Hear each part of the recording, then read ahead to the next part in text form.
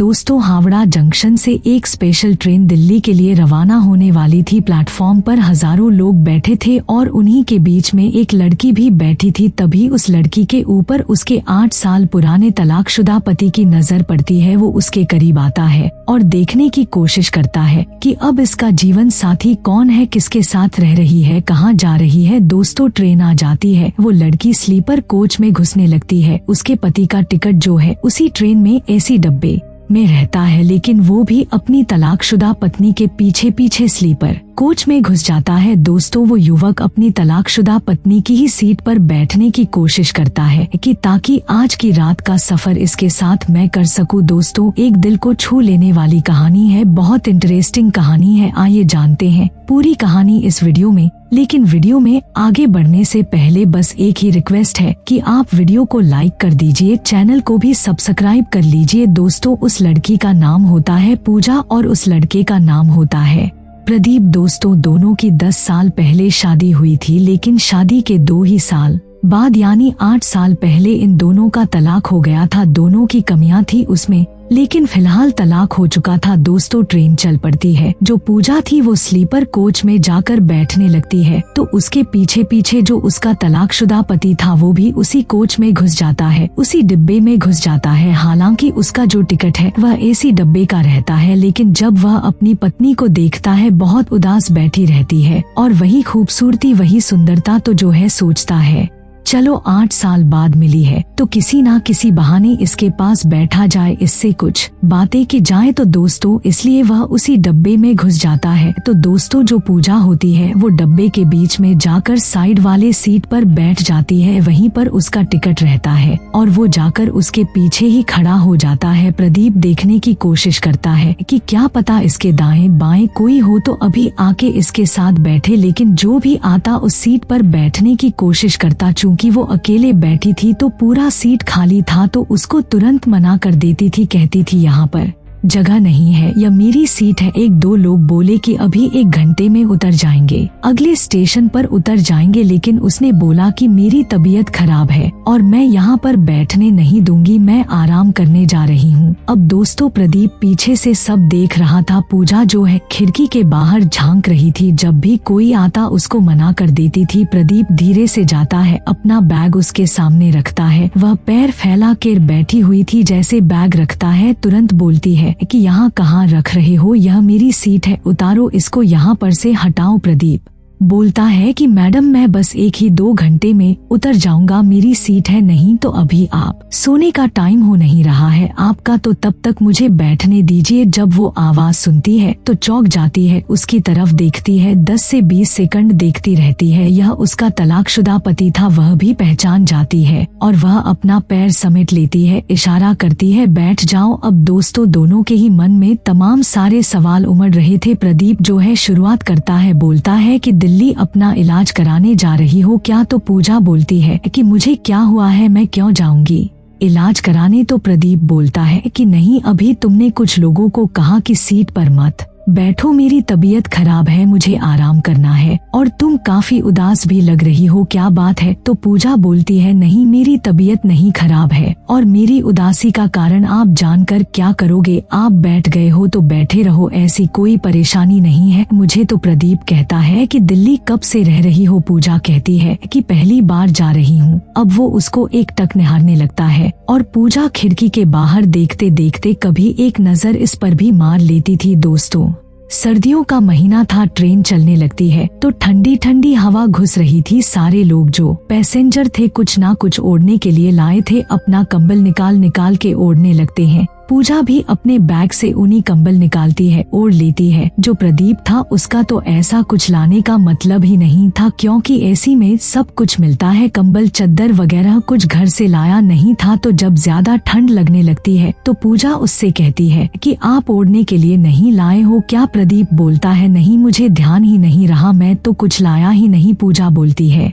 कि आपको लाना चाहिए था, आपको ठंड लग सकती है। अब दोस्तों जब अगला स्टॉप आता है तो साइड के सीट का जो दूसरा पैसेंजर था वो ट्रेन में चढ़ता है, उसके बाद उस सीट पर आकर बैठने लगता है। उसके बैठते ही पूजा बोलती है कि इस पर कहाँ सामान रख रहे हो जी, इस पर कहाँ बैठ रहे हो आप, ये सीट हमारी है। वह बोलता है कि क्या बात कर रही है, आधा सीट तो मेरा है इसमें। वो बोलती नहीं, यह पूरी सीट मेरी है। दोस्तों अपना टिकट निकालती है, प्रदीप को देती है। प्रदीप समझाता है कि ऐसा है, आधी सीट तुम्हारी है, आधी सीट इनकी है। जब सोना होगा तो ये पूरी सीट तुम्हारी हो जाएगी, ऊपर वाली सीट इनकी हो जाएगी। अक्सर इस बात पर लोग लड़ लेते हैं, उनको पता नहीं रहता। जैसे ही अगला पैसेंजर आता है उसको बोलते हैं तुम ऊपर चले जाओ, लेकिन जहाँ तक बैठने का अधिकार है तो आधी सीट इनकी है। दोस्तों उसकी बात समझ जाती है, पूजा चुप हो जाती है। तब तक वह आदमी खड़ा ही रहता है जो दूसरा पैसेंजर होता है। उसके बाद वो जाकर बीच में बैठने की कोशिश करने लगता है तो उसको पूजा कहती है कि यहाँ कहाँ बैठ रहे हो, तुम अपने सीट पर जाओ जहाँ आपकी सीट है। दोस्तों बैठते बैठते उठ जाता है, फिर प्रदीप को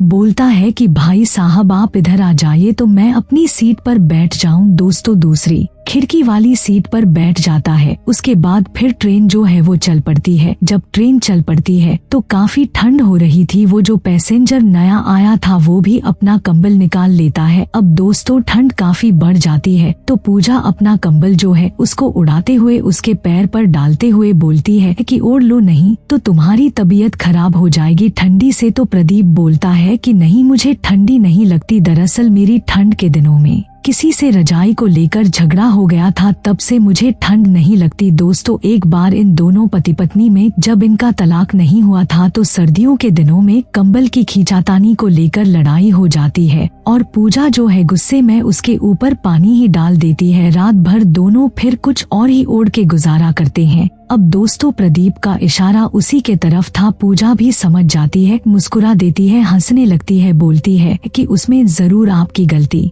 रही होगी। तो बोलता है कि नहीं, अगले ने पानी डाल दिया उस पर, तो बताओ मेरी गलती कहाँ से थी। तो दोनों हंसने लगते हैं। उसके बाद सफर चलता है। दोस्तों धीरे धीरे खाने का टाइम हो जाता है तो पूजा बोलती है कि आप खाना खा लीजिए। बोलता है मैं तो कुछ लाया नहीं हूँ, अभी आएगा कोई तो मैं उसी से लेकर खा लूंगा, तुम खा लो अगर लाई हो तो। दोस्तों पूजा कहती है कि हाँ, मेरे तो खाने का टाइम हो रहा है, आपका तो कुछ और ही टाइम हो रहा होगा, आपने बैग में रखा ही हुआ होगा, अभी आपका शुरू हो जाएगा। प्रदीप बोलता है कि अरे यार नहीं, ऐसी बात नहीं है, जैसा तुम समझ रहे हो ऐसा कुछ भी नहीं है, मैंने पीना उना छोड़ दिया। पूजा हैरान रह गई, बोली कब से? तो उसने बोला 4 साल हो गए मैं नहीं पीता और ना ही कभी पीऊंगा। पूजा कहती है कि आप झूठ बोल रहे हो, मुझे तो यकीन ही नहीं हो रहा है। वो कहता नहीं यार, वाकई में तुम्हारी कसम मैं नहीं पीता। तो पूजा बोली कि मैं कौन होती हूँ मेरी आप कसम खा रहे हो? बोलता किसी भी कसम दिलवा लो यार, माँ कसम मैं नहीं पीता। दोस्तों हैरान रह जाती है, बोलती है कि जिसके लिए आप सब कुछ छोड़ दिए, सारा कुछ इतना हो गया, आपको पता ही है, आप जाकर अब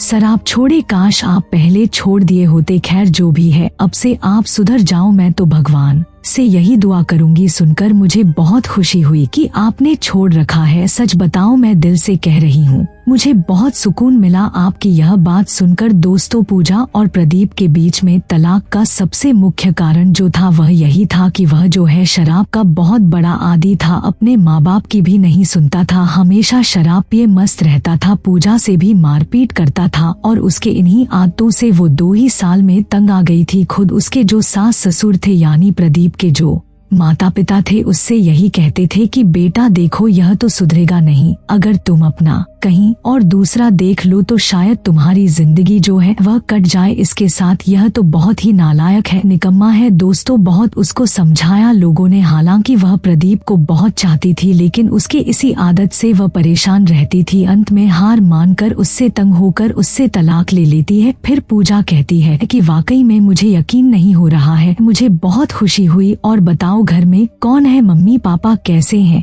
आपकी छोटी बहन कैसी है? मुझे उसकी बहुत याद आती है दोस्तों, जो प्रदीप की छोटी बहन थी, अपनी भाभी को बहुत मानती थी। प्रदीप बोला घर में सब ठीक है और छोटी बहन की भी शादी हो गई 2 साल पहले। फिर उसने बोला कि आपने अपना नहीं किया। फिर उसने कहा नहीं, मैंने नहीं किया। गांव में मेरा नाम काफी खराब था तो गांव छोड़ के मैं दिल्ली में ही रहता हूँ। माँ बाप भी वही रहते हैं, लेकिन अब पहाड़ जैसी जिंदगी है, कट नहीं रही है। सोच रहा हूँ कहीं शादी वगैरह कर लूँ। फिर दोस्तों पूजा से पूछता है कि तुमने शादी किया नहीं अपनी? कहीं पूजा कहती है कि अभी तक तो नहीं कि, लेकिन मैं दिल्ली इसीलिए जान रही हूँ। मेरी एक फ्रेंड है, उसने कहीं रिश्ता लगा रखा है तो शायद मेरी हो जाए 1 महीने 2 महीने में। जब यह बात सुनता है तो थोड़ा उदास हो जाता है प्रदीप। फिर वो बोलता है कि मैं किसी को परेशान नहीं करता, मैं पीता खाता नहीं, सुधर गया हूँ, कमाने खाने लगा हूँ। उसकी मंशा यही थी कि शायद पूजा बोल दे कि अच्छा ऐसी बात है तो मैं अब आपके साथ रहने के लिए तैयार हूँ। लेकिन पूजा बोली कि चलो अच्छी बात है, मैं भगवान से यही दुआ करूँगी कि आपको सलामत रखें और आप ऐसे ही अपनी आदत को बनाए रखें। अब आप शादी कर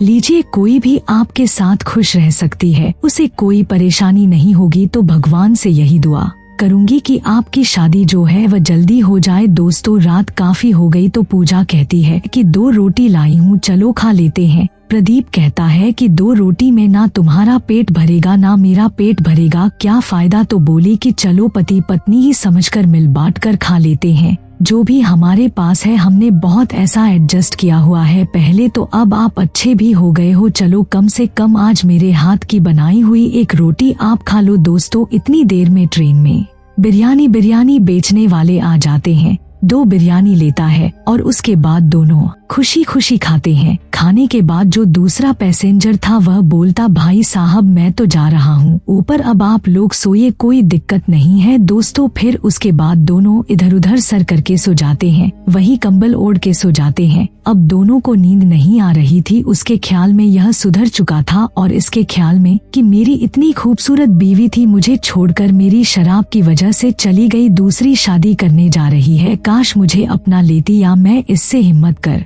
पाता कहने के लिए कि मेरे पास आ जाओ। फिर से यही दोनों सोच रहे थे। आधी रात से यादा गुजर गई, तभी जो है पूजा उठती है और कहती है कि आपको सर्दी लग रही है क्या? तो बोलता है कि हाँ लग तो रही है, क्या करूँ? फिर तो पूजा अपने बैग से एक मफलर निकालती है और उसके कानों में बांध देती है, बोलती है ठीक से अब सो जाओ आप। दोस्तों सुबह हो जाती है, दोनों चाय पीते हैं, नाश्ता करते हैं। दोस्तों ट्रेन जब नई दिल्ली रेलवे स्टेशन पर पहुंच जाती है, दोनों उतर जाते हैं। प्रदीप जो है उसको मफलर देने लगता है जो उसको दे रखी थी। बोला बहुत अच्छा मफलर तुमने बनाया है, लगता है हाथों का ही बनाया हुआ है, यह तो जेंट्स मफलर है। तो बोली हाँ मैंने उनके लिए बनाया है जिनसे मैं शादी करने जा रही हूँ, आप चाहो तो इसको रख लो, मैं दूसरा बना लूंगी। दोस्तों वो रख लेता है, उसके बैग में जेब में हाथ डालता है, 2 से 2,500 रुपए उसकी जेब में पड़े थे तो पूजा को देने लगता है कि ये लो रख लो कुछ। पूजा कहती है नहीं इसकी जरूरत नहीं है, मेरी एक फ्रेंड आने वाली है और आप पैसे रख लो, इस तरीके से पैसे लेन देन का कोई तुक नहीं बनता है। तो बोलता है चलो मैं छोड़ दूं तुम्हें जहाँ भी जाना हो। तो बोली नहीं मेरी एक फ्रेंड आ रही है, आप निकलो। दोस्तों इतने में पूजा की फ्रेंड आती है, उसका नाम सरिता होता है। तो बोलती है अरे पूजा बता कोई दिक्कत तो नहीं हुई तुझे सफर में? तो पूजा बोलती है कि नहीं यार कोई दिक्कत नहीं हुई, लेकिन मैं तुझे क्या बताऊं, मेरा जो तलाकशुदा पति था वो भी भटकते भटकते मेरे ही सीट पर आ गया, टिकट था नहीं, तुझे क्या बताऊं अब सुधर गया है, पीता खाता बिल्कुल नहीं। उसे देखकर मुझे बड़ी दया आ रही थी, वो मुझसे कुछ कहना चाह रहा था लेकिन शायद कह नहीं पाया, और जब वो जाने लगा तो मैं सच बताऊं कि मेरे आंखों से आंसू आ गए उसको जाते हुए देखकर। तो सरिता बोलती हाँ तो अब मरने दे, उसको ज्यादा दया दिखाने की जरूरत नहीं है, अब उसको समझ में आएगा ना कि तू कितनी सुंदर है। उसको बताया नहीं कि मैं शादी करने जा रही हूँ। तो उसने बोला हाँ मैंने बता तो दिया उससे कि शादी करने जा रही हूँ। बड़ा उदास लग रहा था वो, तो बोली हाँ अब रहम करने की जरूरत नहीं है, चल मैं तेरे लिए जो रिश्ता लाई हूँ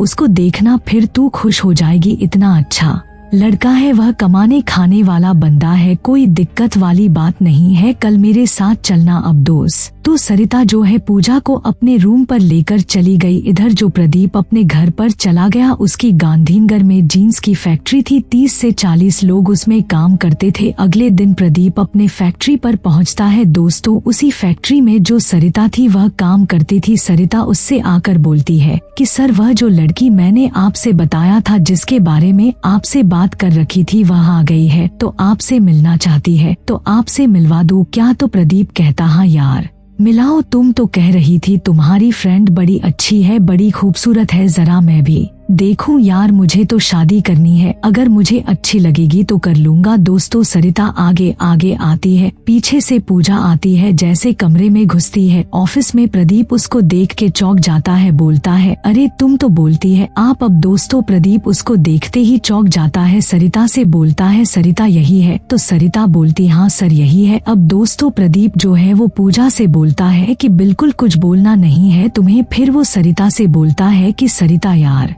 तुम्हारी फ्रेंड तो अच्छी है, लेकिन यार यह तो शादीशुदा लग रही है, तुम तो कह रही थी लड़की कुंवारी है। तो उसने बोला हाँ सर बिल्कुल कुंवारी है, आपकी कसम आप पूछ सकते हो, मैं झूठ नहीं बोल रही हूँ, इसकी शादी नहीं हुई है। प्रदीप बोलता है अरे यार सरिता तुम क्यों कसम खा रही हो, यही तो मेरी पहली पत्नी है जिससे हमारा तलाक हो चुका है। अब दोस्तों वो शॉक्ड रह जाती है। उसने प्रदीप को बताया था कि लड़की बिल्कुल कुंवारी है, माँ बाप गरीब है, तो उम्र जो है वो 30 साल की हो गई है, उसकी शादी नहीं हो पाई है, लेकिन लड़की सही है।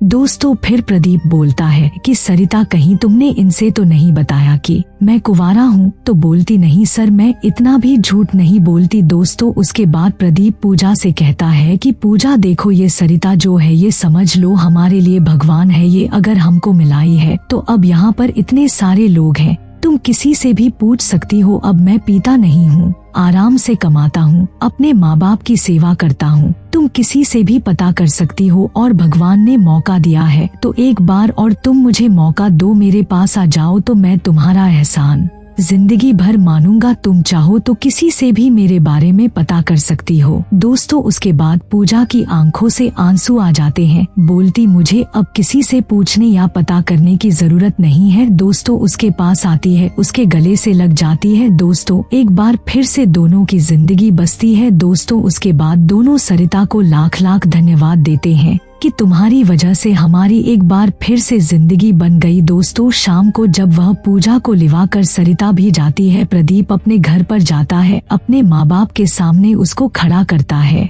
कि देखो मम्मी पापा आपकी बहू आ गई है। फिर से दोस्तों इतना खुश होते हैं वह कि जिसका कोई हिसाब नहीं। दोनों को लाख लाख आशीर्वाद देते हैं। उसके बाद कहते हैं बेटा यह लक्ष्मी थी, हमारे घर से चली गई थी, फिर हमारे घर में आ गई है। सरिता को बहुत बहुत धन्यवाद देते हैं। लेकिन उसके बाद प्रदीप कहता है कि सरिता इसीलिए तुम मेरी फैक्ट्री चला लेती हो कि तुम इतनी होशियार हो। तो दोस्तों यह कहानी आप लोगों को कैसी लगी कमेंट करके जरूर बताइए, ये एक सच्ची कहानी है। तो दोस्तों ये रही कहानी, अगर आपको अच्छी लगी हो तो यार चैनल को सब्सक्राइब करिए। फिर मिलेंगे अगले वीडियो में।